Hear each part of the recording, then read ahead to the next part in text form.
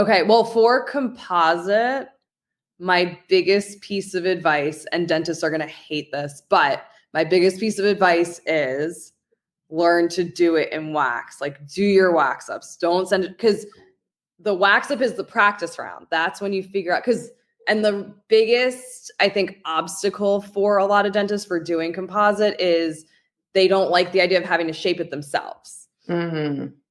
And so if you just sit and do your own wax ups and do the practice, and it's tedious, and I don't always love spending my weekends at the dental office doing wax up, but I believe that the reason why I've become good at it is because I've had those practice rounds and I keep creating teeth by hand. And then your other question was about doing the wax ups.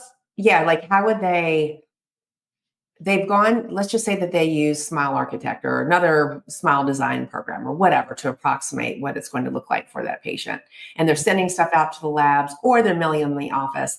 How do they even get started? Because I know that you guys, I know I've seen it in dental schools because I've taught at dental schools. I've seen you with your wax ups, right? But I don't know how common it is for a doctor to still do any wax ups after they graduate. So how do they go back to being good at doing wax ups is the question.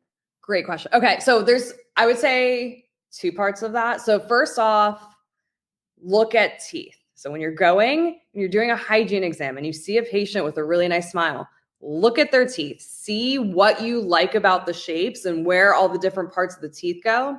And then of course, going to start the wax ups. Now you mentioned Smile Architect, and that's kind of like the Invisalign version of what I'm doing in Photoshop. And really, if you're using Smile Architect or you're using some kind of facial-based treatment planning, that's the first step. And then you figure out, okay, where are the teeth getting longer? What's getting shorter? Where are we adding to these teeth? And then figure out from studying teeth in real life how you can recreate that on their models.